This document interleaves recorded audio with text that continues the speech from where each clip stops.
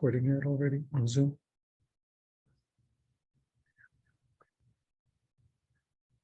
Let's go.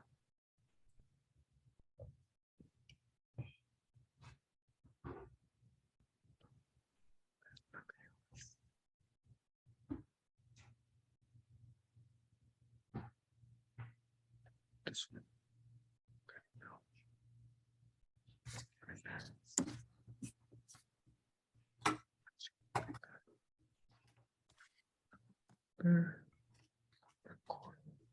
That's all it's going to get me.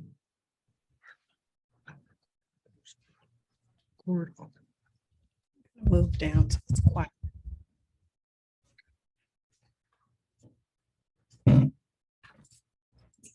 Good afternoon.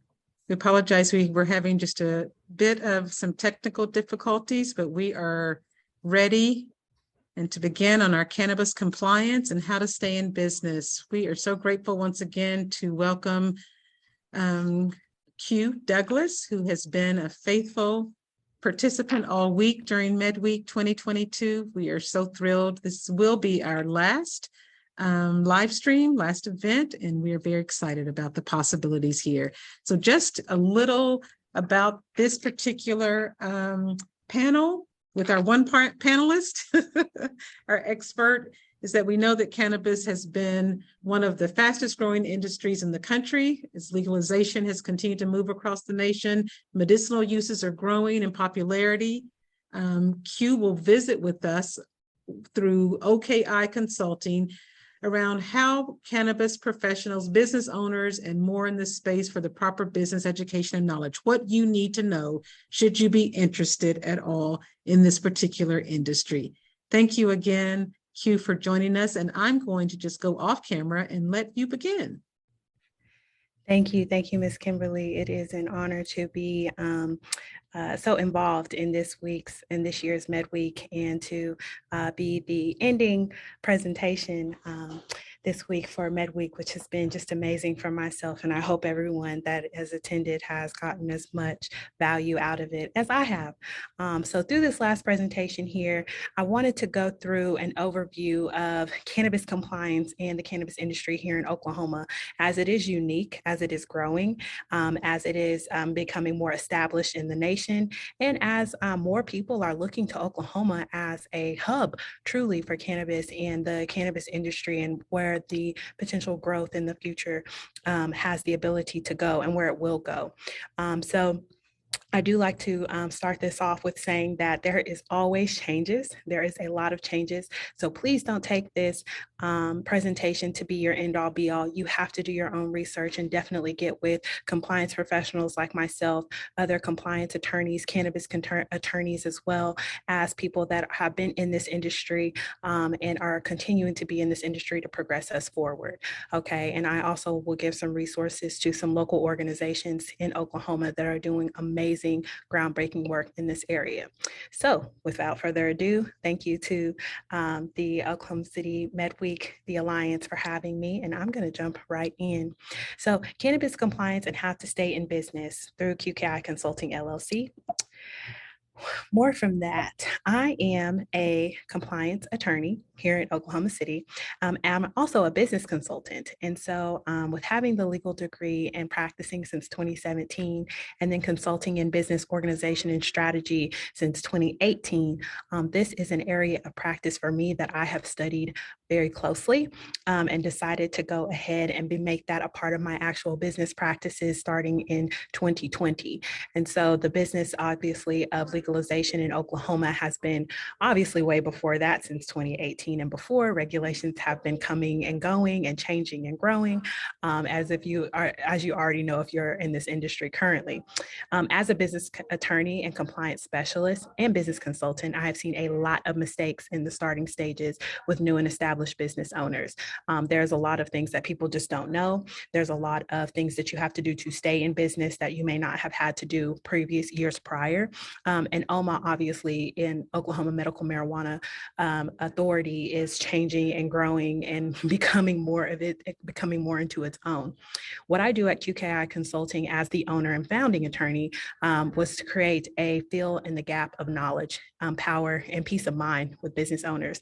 You're not afforded a lot of information as a business owner and entrepreneur in general because you're kind of jumping in, but especially in the cannabis industry where there's a lot of stigma that is still associated to the industry. So some of the resources and businesses and organizations that other businesses are able and privy to, business owners are not. So there's a lot of government and state funding, well, more so federal things that you don't have access to because unfortunately, cannabis is still illegal on the federal level. So what does that mean as a state owner? It means that if an organization gets any type of federal funding or any type of federal grants, technically you would be disqualified from receiving that information, those funds, or those resources. So that is also something to keep into account and understand when you're looking to see how you're going to be, where you're going to seek your resources and things from. QKI Consulting is a private company, so we are actually able to fully service you without issue,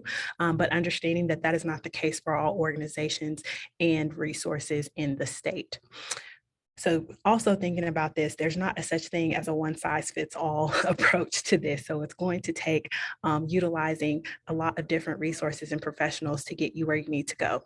Oklahoma at this time has only legalized medical marijuana. This means that in some states around the country, there is recreational marijuana that has been legalized, such as in some states like Texas, whereas there's other places where that is simply just not the case. So you have to understand the differences between, okay, what does that mean for me as a business owner? It means that you have to have certain things on your site that is going to make sure when you're checking for licenses and things that you have in place. Okay, this is going to be things that are going to be connected to your POS system, which is your point of sales, and through your inventory management, which will make you doing business a lot easier. As recreational use is not legal in the state, this means medical marijuana patients must have physician approval before obtaining a license to purchase from a dispensary. So that means that every time that a person comes into a dispensary, they must show obviously their license that they purchased or that they purchased and also obtained from that was given through a physician and through OMA, which is again Oklahoma Medical Marijuana Association or Authority. But also that means that they cannot just come in with their driver's license only or with an expired license, or also making sure that you yourself have made done your due diligence to ensure that these things have been done. You cannot just rely on the patient telling you that they have a card and such. Oklahoma business compliance. So today we will go through the need to knows and basics of business compliance as it pertains to the cannabis industry. There's various things to touch on, but in this time we will do what is called an overview. Now I will also touch on something that I will address later on, which is if you are not commercially, if you're not currently commercially have obtained a license to grow, process, or transport, there has been a moratorium that has been put on licensing licenses being obtained since August 26th of 2022. This means that if you currently have a license and you already are in business or already moving along, that moratorium does not apply to you. However, it does apply to people who are looking to get into the industry. And this is because OMA is also trying to do their own work and making sure that they ensure that there's safety being given to the products, to the consumers, and also to others that are getting into the industry and trying to learn how they're going to navigate the new business aspects as new laws outside of the moratorium were also passed, which are on the OMA website, which I also will go over as well. So you need to understand your base. Ensure that you understand what is the climate of the industry as it is right now. As a beginner, obviously you must be 25 years old to obtain a grower's or commercial license. So what I'm going to do is instead of saying grower, processor, or dispensary owner, I'm just going to say commercial license, okay? That is how it is looked at on the actual website. This is what you need to understand as I'm going through my presentation. And I will also, if there's a way to put some of these links into the chat instead of pressing on them, because I don't want to stop share or mess up the screen sharing based off of the technical difficulties that we had before. I'm not going to be pressing onto the links, but if there is time, I will make sure that you're able to see exactly what I'm talking about. And I have included some screenshots in the presentation as well. Okay, so you also must have what's called a certificate of compliance. This is a huge, huge step for a lot of people, and I don't want you to get this confused with a certificate of good standing, which you need in order to have a business entity in place. So the Secretary of State will issue issue a certificate of good standing when you register a business entity in the state. What I'm talking about is a certificate of compliance, which is issued by OMA, and it is a part of them stating that you are cleared to move forward to be and have a commercial license and to be a commercial grower, commercial license holder in the state of Oklahoma. This is not something that is negotiable. This is not something that you that is optional, right? So if you are processing or selling or distributing in any way, you have to have the certificate of compliance, or you are in violation of the state laws of Oklahoma by not having this document, okay? And again, there is information on OMA's website to help you of what this form will look like and how to actually get through it. There's some of it that can actually be filled out online, but again, you must go through this checklist and ensure that you have everything that this checklist is requesting. Another option with this, or not option, but another point with this, in order for you to actually get into a building, so in order for you to have a dispo, have a proper dispo, and move forward in that realm, the certificate of compliance must be shown, and your landlord or the person who is leasing to you, if you are renting or looking to buy a space, must also see your certificate of compliance, and you must keep it up to date. If you do not file this documentation and you are currently in a facility, it is very likely that you will get either evicted from that facility or you will face a fine from that facility, and the landlord has a right to remove you from the facility because you are now not in compliance with the law. This is something that really gets to dispensary owners and people who are looking to rent spaces for grows, because if you don't have this information, they can remove you because you have now violated your lease as well by doing illegal conduct in that area. You don't want to be in this situation, and it also is really costly if you're not aware of how this actually works. Also, a point to note, you also must be an Oklahoma resident at the time of application. So there has been laws that have been placed to where you cannot be out of state or do interstate commerce within the cannabis industry, meaning you can't come from Colorado, get moving product between maybe where you are from into Oklahoma and also have your commercial license and get it approved.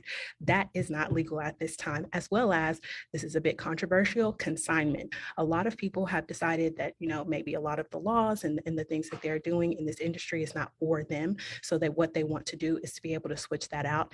That technically is illegal, and it causes a lot of problems because if you did not go through the issues of getting your certificate of compliance, ensuring that you went through the checklist, which I'm also going to show, these are the things that are needed in order to keep you in compliance. And also there's documentation where you're putting and ensuring that the person on that application is who they say that they are, where they say that they are. Technically, you would be in violation if you are not the person filling these things out. Now, there are ways to transfer and do things like this, but you cannot just do it based off of word of mouth or just filling out one documentation or a contract or somewhat. You have to make sure that you're going through the proper channels in order for this to be done. And there's a lot of different ways for that to happen when you're a process grower or dispensary. So you need to ensure that you have the proper information before you pay anybody any money to do any type of transfer or consignment. Because what will happen is you will pay the money and then you will still be in violation, and you still have the potential to get shut down with you thinking that you did everything that you needed to do. Also, there are certain tiers.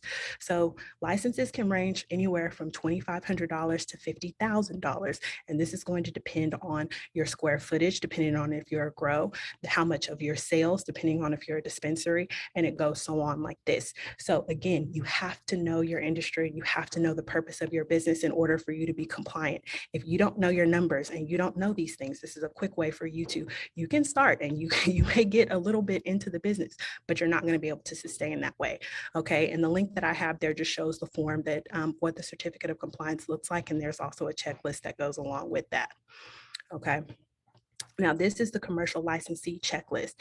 I highly, highly recommend that if you've never seen this before, that you go to the Oklahoma Medical Marijuana Authority website, authority, not association. I apologize. I misspoke earlier, but the Oklahoma Medical Marijuana Authority, and go through this checklist. This is what is needed in order for you to get your proper permits in order for you to properly get approval from OMA.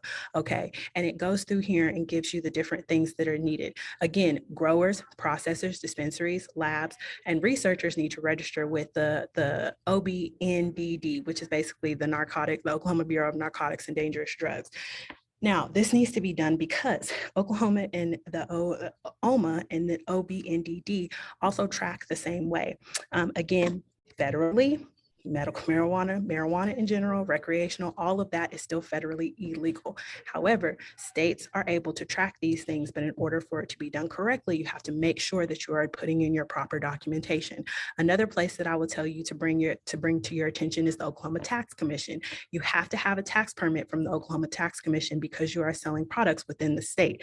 This is not the same as the excise tax that is going to be put on your business because you are selling marijuana, but this is a way that tracking is done. So understanding that you're going to have to also keep track of your 7%, up to 7% excise tax, depending on where in Oklahoma that you are selling your product, or you have your dispensary, or you have your grow or such. Okay. Another point of contact is to activate your account in Metric. A lot of people moan and groan about Metric. I understand it's not the easiest software to use. However, they do have it is mandatory for you to have your information in there and to utilize Metric and that information for tracking for OMA as they're growing and coming more mature in their organizational status themselves. Okay. And then also thinking about your structures. A certificate of occupancy and making sure you have your final inspections and making sure that your building is up to code is one of the quickest ways for you to get shut down during inspections. And I'm not talking about audits. I'm talking about people coming in to do inspections to your facility. You don't want to get shut down for these reasons because technically being in business, having a facility, if you're in a brick and mortar and you're in any type of ag grow, you understand that these things are necessary. They're not options. Okay, so just making sure that these things are done and that you are doing your due diligence to keep up with this. But I wanted to show you this checklist so that you see the resources that OMA has available. If you've been in the industry, this checklist should not be new to you. But if you're thinking about in the future when the moratorium is raised, when you're getting into the industry or when you're thinking about your renewals, understanding what these things look like. Some dispensary owners and grows, they rely on somebody else to do this for them, or they hire a law firm or they hire somebody else. But you also need to know what this information is, even if you hire a professional, even like myself. I love sitting down with my clients and saying, hey, these are the things that are needed. And this is what's on the site. Obviously, I know you're busy as a business owner and you don't want to be too much involved in things outside of the running of your business. But I like to always tell business owners, this is a part of running your business, especially being in this industry. You don't want to get shut down for things that you could easily look up and check on yourself. Okay.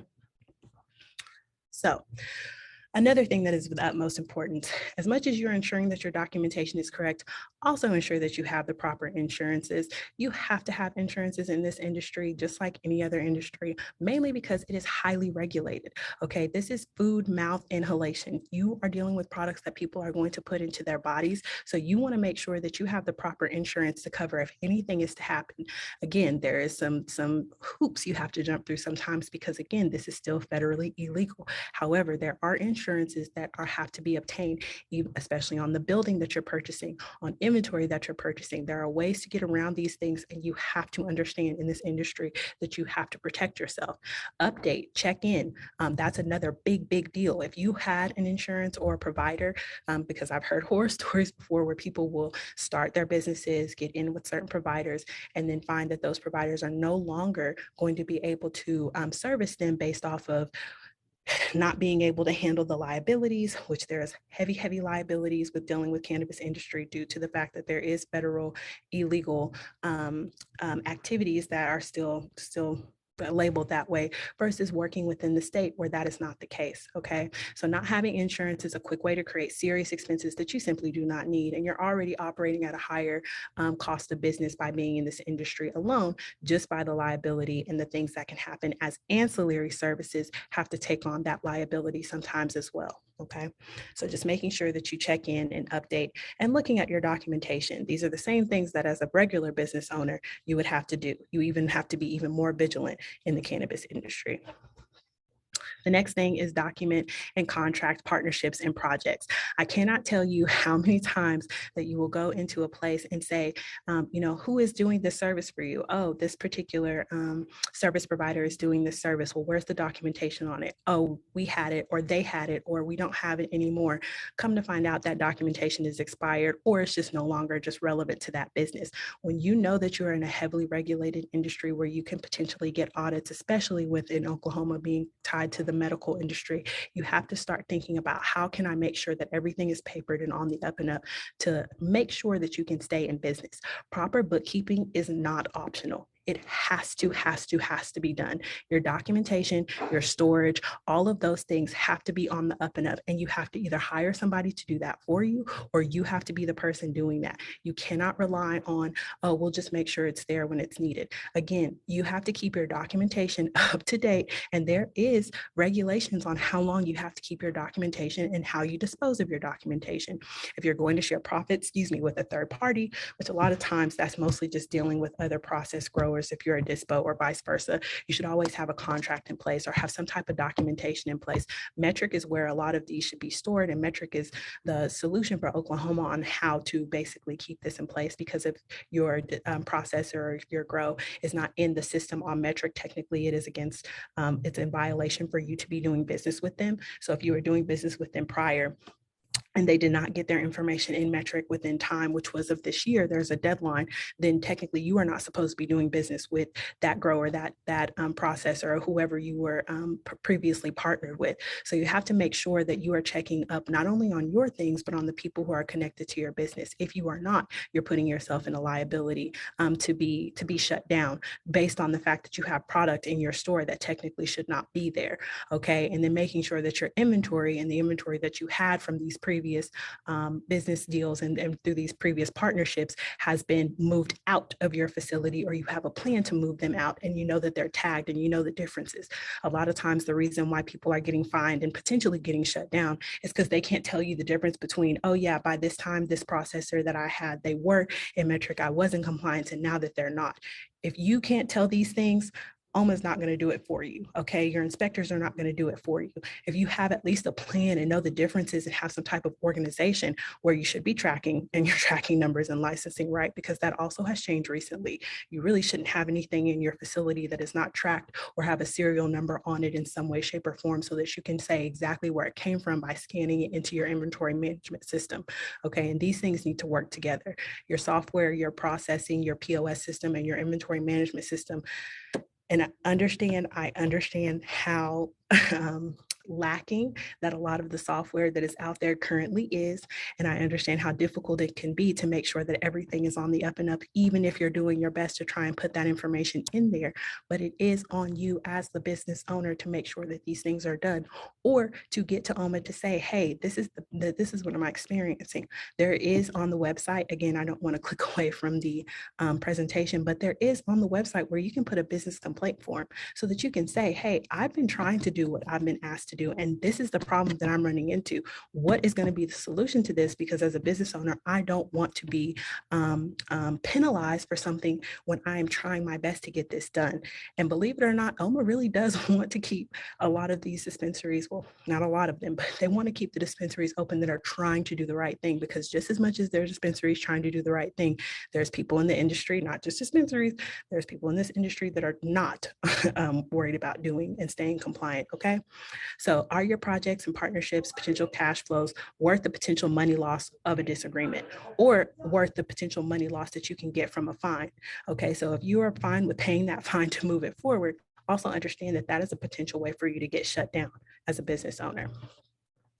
Next, checking business documents periodically. When I'm talking about business documents, I'm talking about making sure that your certificate of compliance is in the correct state, checking your leases to make sure that there's nothing in there that is going to cause your landlord or anyone else to come in and say that you have to vacate premises, or that you're in violation of some rule, regulation, or if you have an inspection, that they have the right to tell you that you must leave or fine you, or just tell you that you're in violation of your lease in general. Okay, there's documents that you have to submit back on that checklist. There's certain things that you have to submit before you sign your lease to make sure that when you are selling your product out of certain facilities, that it is being done in the correct way. If you're not checking on your business documents periodically, there's no way for you to know that. You should not just be randomly hit with documentation based off of your individual dispensary, I'm saying. I know that there is times recently where there has been some suits and legal documentation hit on dispensaries based off of their partnerships and their links to other businesses. Again, checking your documentation is the best way to potentially protect yourself and get out of that situation sooner than later,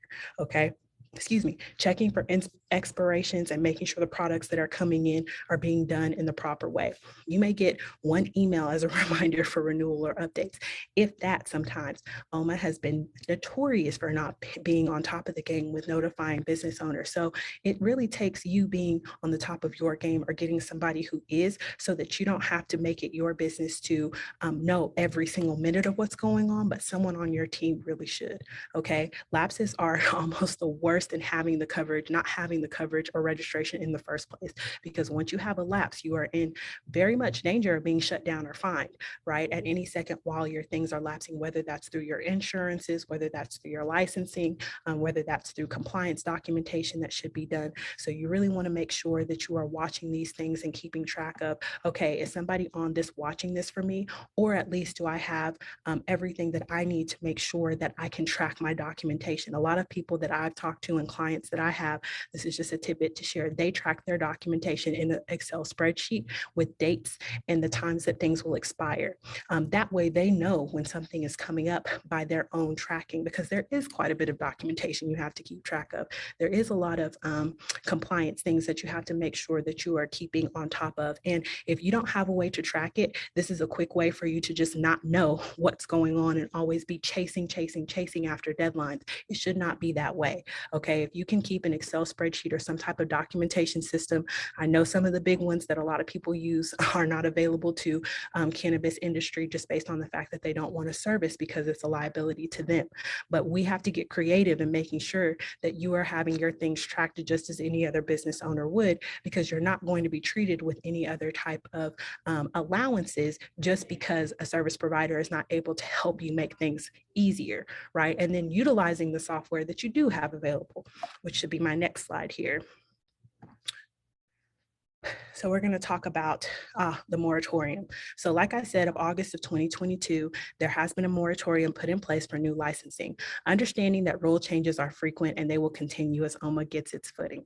OMA has just been taken out from under DHS as of this year, right, and put into its own standalone agency, meaning it will now get its own resources, supplies. There's a lot of hiring that's going on. They simply do not have the manpower, resources, inspectors, auditors, or just infrastructure and staff to handle the amount of licensing and the amount of people that are currently in the industry to ensure that they are upholding all of the rules that they've put in place, which then means that there is some safety measures potentially that can affect clients, that can affect your patients, that can affect the people who are patroning your facilities. So understand OMA does want to work with you. However, they are still maturing themselves. So as they are growing and trying to hire, which they have been extended in budget. If you've been watching the legislation that's coming out, they've been approved to have a lot more money go towards getting themselves up on the right foot.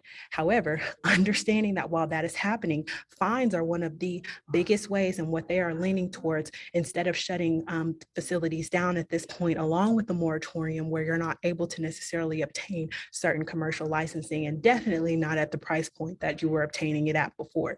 Again, that range of 2,500 to 50,000 is a huge jump, right? And it really will depend on, again, your sales and your dispensary, the square footage and the amount of plants on ground and grow. So you have to know for grows, excuse me. So you have to know, one, the purpose of what industry that you are getting into, whether you're looking to get into the grow side, whether you're looking to get into the dispo side, whether you're looking to get into the processing side, and understanding how the compliance of OMA is going to affect your particular business entity.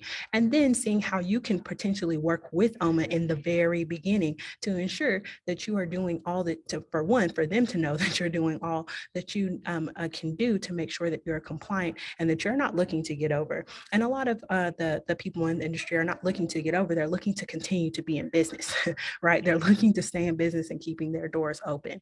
And as you are watching the industry, and if this is something that you're potentially wanting to get into, it can be lucrative, but understanding that in order for you to make money in this business, you have to also spend money in this business and be ready to sustain over time while things are starting to get their footing. And if you will ask people that have been in business in Colorado's, California's, the Washington's, of course, the climate is a bit different, but they will tell you, yeah, that we went through the same type of growing pains things. started off this way, and then this is how they progress, and it's looking like that's where Oklahoma is going to. But a lot of times people are looking at Oklahoma because of the cost of certain things is much, much lower than it is in many other states. And so that is something to keep in mind when you're thinking about the cost, when you're thinking about the fines, when you're thinking about how much licensing and these different things cost, land in general, when you're thinking about facilities, properties, these type of things. You also have to look at the cost of starting a business in comparison to other places, okay? So the next point, you have to make sure that you are properly hiring professionals and help earlier. It is a very, very expensive mistake, but it's also something that is a potential to put you in a place where you now have to work harder than you would have normally in order to stay in business. Okay, making sure that you have the proper people in place for as far as management, as far as staff, as far as compliance, as far as professionals that are helping you stay in business. This means hiring business compliance attorneys. This means hiring compliance professionals to help you make sure that your documentation in place. Time is a valuable asset, and it is wasted when you try to learn it all in your business. Not saying that you don't need to take these things into account, because you do. You do need to have an understanding of what it means to be compliant in your industry. Absolutely. But does that mean that you have to be in charge of your industry being compliant instead of hiring somebody else? Absolutely not. Putting somebody in a management position to make sure that, hey, okay, anytime that my documentation is getting ready to be expired, I need to be flagged. I need to be notified. I need someone to let me know that, hey, this thing is about to take place. That way, as you're focusing on growing your business and making sure that you're staying in business and finding the right things to partner along with your business, you have someone that's helping you on the back end. You cannot simply fill every position in your business and company. And obviously, as owners of grows, dispos, and things like this is very obvious, okay? You have to hire bud tenders, you have to hire middle management, you have to hire partners to watch security, you have to hire transports, distribution. There's so many things that go into the industry. Doing your own research and ensuring that you understand what it really means to get into the cannabis industry is of the utmost importance as well. And hiring people who are meant to work in these positions is also very important. When you're talking about lower staff positions, okay, maybe you can kind of be a bit more flex with that. But when we're talking about compliance issues, when we're talking about people in management who are going to help you run your business, when you're looking at consultants, bookkeepers, you don't just pick any old person to help do your bookkeeping. You need to have someone who is really versed in this industry, who cares about this industry, who understands this industry to help you, because there are certain things that are just simply not going to work for your industry and for the cannabis business that would otherwise work for suppliers, that would otherwise work for restaurants, that would otherwise work for these different industries. So hiring a cannabis compliance attorney specifically, hiring a cannabis compliance professional specifically is going to serve you well. Hiring a CPA or an accountant that is specifically looking to help you as a cannabis industry owner is something that is going to give you some invaluable information as a professional, and for yourself, just getting that information with consulting. Because again, you have excise taxes of 7 to 12%. Sometimes up to 16 that's added on to your industry based off of you simply just being in cannabis. And if this person doesn't understand that, they can give you tax advice, or they can give you structural advice or planning advice that simply just does not work for your industry. So not hiring, and definitely professionals or help earlier, is something that will definitely hurt your business, because as OMA gets more organized, as OMA gets more structured, they are expecting the industry to get more structured, sophisticated as well. And if you are not ready for that, that's going to tear apart your business and more than likely make you lose money. Okay, if you're not getting fined already, it's a potential for you to not be in the industry at all. And that's something that we really want to avoid. Okay, so making sure that you are looking to invest in professionals.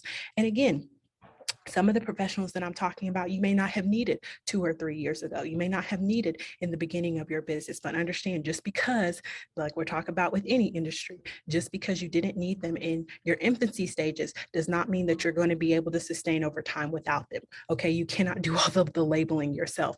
Go into a dispo and see. You have to have help when you're looking to label multiple products. You may be selling over 100 products in your particular area or your particular dispensary, maybe up to 50 products. Those products need to be labeled. Those products have to be up to code when it comes to making sure it has a tracking number, making sure it has the proper barcode, making sure that barcode is aligned with what that product is and not just any barcode that's attached to another product. Knowing the differences between what your edible packaging needs to look like in regards to your actual flower product, right? And knowing that these new rules that have come down are going to apply to you, okay? And they're not applying to you tomorrow or next year. They're applying to you very, fairly recently, if not already applying to you right now, okay? So the changes in packaging, the changes in tracking, the changes in seed to sale, you have to make sure your track and trace is in place or you're not going to be successful in this business, okay? So the next thing, not correctly registering your business purpose. And this really is what I'm talking about, is working within the proper laws and regulation for your business. And this makes a difference in the type of inspection and the inspection that you have. Okay, so obviously on the surface level of that, the way that a grow is inspected is not going to be the same way a dispo is inspected. Okay, there's different things that are going to be looked at. There's different ways that things are going to, and there's just going to be certain things that are not in a dispo that's in a grow and vice versa. But what you do need to know is the differences between what you need as a grow, what you need as a processor, and what you need as a dispensary so that you're able to follow the proper checklist. Again, there are tiers to this. So if you are within a certain area or within a certain geographically is what I mean by certain area, your excise, there's a tax difference other than the excise tax on the industry as a whole. But then you also have to understand, again, the application and the checklist of what you're going through. There is things in the checklist that ask you specific questions so that they know how to inspect you and what and how they're supposed to be tracking, okay? And a part of that is going to be on you to give them the right answer. Sometimes, depending upon how you fill out this documentation, is how they're going to come into your actual facility. And you don't want them finding out that you made the mistake on this thing when they get there, okay? So this is something that you have to be consulting with someone who is aware of how these things work and moving forward. Again, going too much in depth here, even based off of the time, I wouldn't be able to go into all the nuances of the different categories and classes that you have on these tiers. But based off of the tier of where you're at, that's how you're going to be looked at on the audit for the Oklahoma Medical Marijuana Authority. And you just want to make sure that you're doing that correctly. Again, these things are not difficult. There's not rocket science. It's just, it's volume. Okay, there's a lot of volume when it comes to this. So you want to make sure that someone is designated to do these things, whether that be your manager, whether you and your manager trade off on doing it, however that you decide to get it done, but make sure it's getting done. Don't bypass it. Don't put it off. Don't wait till after work to try and, okay, now after all the sales and everything are done, now I'm going to look at the compliance. No, it has to be a priority. It needs to be somebody's priority in your facility. And if your manager cannot handle it, or if your manager is saying, we need some help, you need to listen to the person who you have put in charge of your compliance, because in the beginning, it is heavy work. Okay, it takes a lot of time to go through these things. Make sure that your software is working properly and that your software is connected to your proper inventory in your store. And I will tell you, a lot of the software doesn't do it even when you try and put it in there correctly. It will misread, it will change numbers, it will transpose numbers. There's all kinds of things. And again, you have to make sure that you are on top of that or have some way to show that, yes, we did do it this way. And these are the mistakes that we're having. Track it and complain. Track it and complain. It is necessary. You have to paper yourself so you can protect yourself. Okay. Again, this checklist shows, again, this is all on the OMA website. This checklist right here shows the commercial application. And I wanted to show you the different tiers of, where you put in for your commercial licensing. But again, this is something that can be done by you just going to the website as well.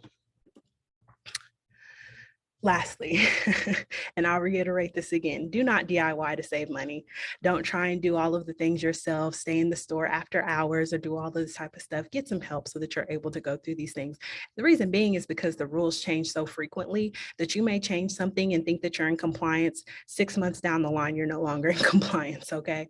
And a quick way to look at it is I saw the new laws that came out recently, and they have put in new wording and definitions. CFR, I was so happy to see that, which is the Code of Federal Regulations. And the CFR is for federal, just like it is in the name, okay, of federal rules and regulations that usually the FDA and such use. This is where the industry is going. Okay, they're not going to reinvent the wheel, not all the way. There's going to be some add-ons and there's going to be some different nuances as to how the industry is going to be regulated. But if you look at the CFR, if you look at, and the CFR is actually a rule book as well for the FDA. There may be CFRs that they are doing for specific industries, but if you look at the CFR as is that stands right now for the FDA, really that's going to be the tracking that's going to be done in this industry as well. Obviously, it has to grow. Obviously, it's going to be nuanced, but it's not going to be too much far off from that. And I truly do believe that. And obviously, doing your own research and looking into it, you can make your own decisions from that. But again, trying to DIY it yourself just doesn't make any sense, and it's not going to save you money. It's really a myth. Actually, it gets more expensive because once you start making mistakes, now not only do you have to get the mistakes fixed, but then you have to get back to where you were supposed to be. Okay. And this just makes cutting corners unnecessary and useless. Do your best to mitigate as much of the risk as possible. If you're going to hire a risky contractor or go into a deal without a proper contract, really just don't do it at all, because it's not worth your business, especially already being in a highly regulated business that already has a lot of stigma attached to it. You don't want to bring more attention to yourself that way. Don't hire risky contractors. Don't hire, schemy people who are just trying to get in and out of the business. You want to do your due diligence as much as possible. And people use this industry and take advantage. Unfortunately, that's just the nature of the business. And at this point, and as things are growing, as regulations are getting beefed up, and not regulations to keep people out, but regulations to keep people safe. Okay, if you think about it, this industry is food to hand to mouth inhalation. And so it's very dangerous if something is to go wrong. You need to be able to track it correctly. You need to make sure that the place where you're getting your products and your inventory, you can trace it back from your particular facility. And there's not just an easy way to cut corners and do that. You have to go through the proper tracking, and you have to go through the proper channels to do so. Keeping up with your taxes. Okay, that's going to be super important. My advice always to clients is automate your tax obligation via software, not doing it manually. Again, I know the pushback from there is, well, there's not really a lot of good software to do that with because there's glitches, or it stops working, or it freezes up. And I completely understand that. But trying to do it yourself versus monitoring it through your POS system, it just ensures that your excise tax is taken out via your sales and software instead of trying to do it yourself. And really, that's the best way, because at least if you do that, you have a tracking of what you were doing, even if a mistake is made. When you try to do it manually, it's very hard to track what was never done. Okay. So being able to make sure that you have some type of system, some type of automation, some type of way to show, hey, this is what I was trying to do. This is where this software failed me, or this is where we were doing our proper systems and we weren't able to get all the way through. These are the type of things that you want to be able to show to inspectors. These are the types of things that you want to be able to show in general. Okay. When I come from a compliance background, a lot of times you're not looking at 100%. There's no way to always get 100%, but showing that you're trying to mitigate the risk, which is of the highest importance, is really, really what you're trying to get out of your inspections at the end of the day. Okay. Making sure that you're trying your best to mitigate the risks that are coming in the industry, no matter what. And then you have to grow.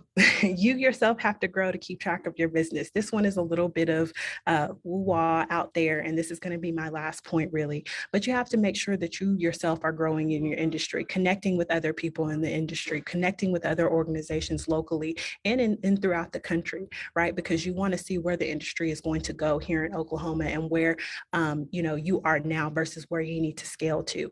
Work with a business consultant, personal coaches, developers, people who have already been in this industry time and time again. Believe it or not, negligence and overlooking simple issues can cost your business greatly. In this industry, that is something that the dispos and people who have been in this for a very long time very clearly understand. You have to make sure that you understand the community that you're getting into, understanding the people that are already making moves in this industry and how they are coming in. Yes, there's a lot of complaints about people coming from out of state, coming in and just swooping into the industry and taking everything over. But that's also a really negative way of looking at it. Okay, Oklahoma is gaining a lot from this industry and making a lot of revenue. And if you are interested in getting into it and making a difference, there's a way for you to plan and do so. But it does take planning. excuse me, and it does take work, okay, and it does take time. So what we want to do is make sure that you have the opportunity to get into this industry properly, safely, and make sure that it's not harmful to the people that are going to be patroning your facilities. And really the best way to do that is hiring professionals, making sure you're doing your due diligence and homework. And will I say that it's easy? Absolutely not. OMA itself is growing, which is the regulatory body in the state of Oklahoma, but it doesn't mean that it's going to be this way forever. Okay, so planning and making sure that you can stay in business is one of the most important things if you're already in this industry, because I guarantee you, sustainability is the most important part.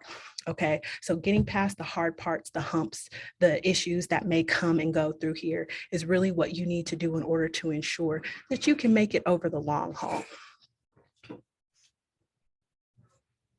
And then also planning to fail. The business plan proposal and pitches that are set up as possible, that's something that every business is going to need, okay? So making sure that you are planning to stay in this business is going to be one of the most important parts, because that's going to motivate you to get the proper professionals hiring in place to keep you there. And it's not something that you can do alone. That has been the theme of OKC Medweek. That's been the theme that I say with my clients all the time. And that's really the theme of my business.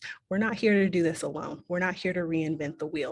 So I appreciate your time and allowing me to go over my most frequently, my FAQs that I usually have with my cannabis clients, and also just giving you some encouragement that yes, it is the wild, wild west out here in the cannabis world, but also understanding it's not going to be like this forever. And it's a very exciting industry, and it can be a lucrative industry. It just may not be as lucrative in the beginning, but there's definitely growth to be had. So if you have any other questions, I don't know if there's going to be a lot of time for questioning here. I knew my presentation would be quite long, but I do encourage you, yes, I do encourage contact to send in questions potentially. And again, if any of those links are links that anybody has asked for or need, I'd be happy to send those links out without issue, but they all are found on the OMA website. I just cannot thank you enough. This has been amazing. You have given so much knowledge, your top 10, top 9 pro tips for this industry. And I am so appreciative that this will continue to be available to folk on our Facebook. So it is full of information, and you've given contact info as well. I do have a couple of questions if we have, I think, just a couple of minutes. Yeah. So I'm just wondering, within this industry in the state of Oklahoma, does the state track demographics of who are opening dispensaries, who's applying for licensing, who's growers? And if so, would you have any of that data? Yes, so there is tracking that is done through the state. Actually, that's how the moratorium, I believe, was a part of how the moratorium was put in place. So like I was saying, as of recently, there's been a stop on licensing as of right now in certain areas. So there, if you are already in, you are definitely able to renew. It does not affect you. But if you are looking to start and get into the industry, that's not something that can be done right now. Recently, I talked to someone who actually owns a grow, because they were asking the same questions as far as, is there more information on how is a business doing, and can I see the information on that? Unfortunately, right now that information is not tracked in a easy to obtain way, unless that you own multiple dispensaries, and then obviously you can do that on a private setting. But on a public setting, that is not something that can be done. What can be looked at is, in geographically, you can see in different areas, counties, and things like this, where certain dispose and grows and processors are opening. But as far as more information than that, unfortunately, that is not available, or it's not something I'm privy to that is available on a large scale. So maintaining demographics as to if whether BIPOC folk are operating in the state as growers, or if females are opening X number of dispensaries, we don't track that particular detail, is what you're saying. Not in a way that is open to the public way, no, but gotcha. Understanding too that is something that will be looked at more and more. And I do believe there's a way probably to translate the information from these dispos and getting that information from OMA in a way that is more easily accessible to people. But right now, that is not something that I have seen anywhere at this time. They're more so tracking revenues, taxes, and things like this, because obviously that's going to be of huge importance right now. Yes, yes.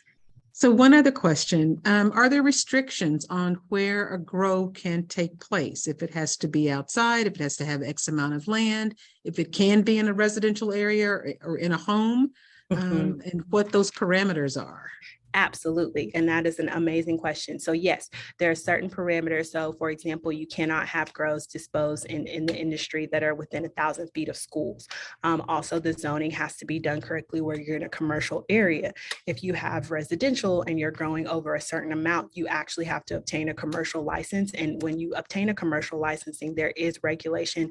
One of the first slides that I had, there is a document you have to submit about your actual facility, where it's at, and the actual square footage, what the building was, the specs. You have to have fire marshals, technical Oklahoma inspections come in to approve it before you're able to start growing in that area. And a lot of times people don't understand that or know that. So they will pick a place to use and then have to backtrack and make sure that it is up to code, then finding out that it's not and cannot use that area. So yes, there is regulations on that. And that was a part of one of the checklists that I wanted to show that gives the specs for that. But that is highly regulated, and you cannot just open a grow or cannot just open a processing facility anywhere, which is a lot of times why you'll see that there are older warehouses and buildings and things like this that are actually created above code on purpose so that they don't run into these issues. But if you are going to build a facility yourself, it becomes very expensive because you have to get all of those regulations done